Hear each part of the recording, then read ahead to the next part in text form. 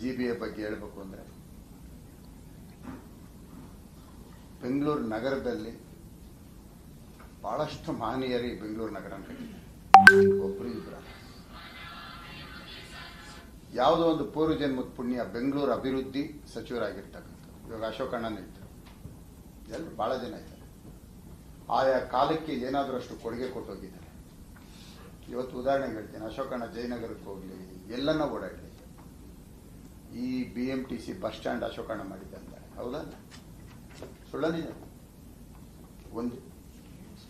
ಒಂದು ವ್ಯಕ್ತಿ ಕೂಡಲೇ ಜ್ಞಾಪಿಸ್ಕೊಳ್ಳೋಂಥದ್ದು.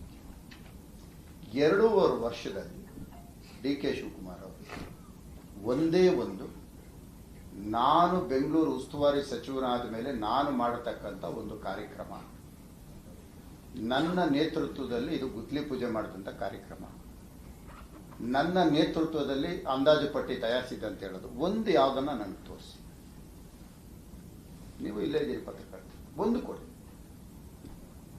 ಗುಂಡಿ ಬಿದ್ದಿದೆ, ನೀನು ಊರು ಬಿಟ್ಟೋಗು. ಹಳ್ಳ ಬಿದ್ದಿದೆ, ನಿನಗೇನು ನನ್ನ ಕರೆದ್ನ? ಏನು ಈ ಮಾತು? ಬೆಂಗಳೂರು ನಗರ ಇದು, ಕೆಂಪೇಗೌಡರು ಕಟ್ಟಿದ್ದು ಬೆಂಗಳೂರು. ನಮ್ಮ ಮಕ್ಕಳಿಗಿಂತ ಹೆಚ್ಚಿಗೆ ಪ್ರೀತಿಸಬೇಕಾಗಿರೋಂಥ ಒಂದು ನಗರ ಈ ಬೆಂಗಳೂರು ನಗರ. ಇದಕ್ಕೆ ಕೆಡಕ್ ಬಯಸೋದು ಬೇಡ, ಒಳ್ಳೇದು ಮಾಡಿಲ್ಲ ಪರವಾಗಿಲ್ಲ, ಕೆಡಕ್ ಬಯಸೋದು ಬೇಡ. ಯಾಕಂದರೆ ಭಾಳಷ್ಟು ಜನಕ್ಕೆ ಅನ್ನ ಕೊಡೋಂಥ ಊರಿದು. ಇದಕ್ಕೆ ಒಳ್ಳೇದು ಮಾಡೋದಕ್ಕೆ ನಾವೆಲ್ಲರೂ ಕಷ್ಟಪಡಬೇಕು.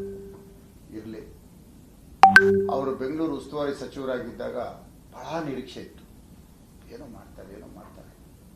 ಆದರೆ 2.5 ವರ್ಷದಲ್ಲಿ ಬ್ರ್ಯಾಂಡ್ ಅಂದರು.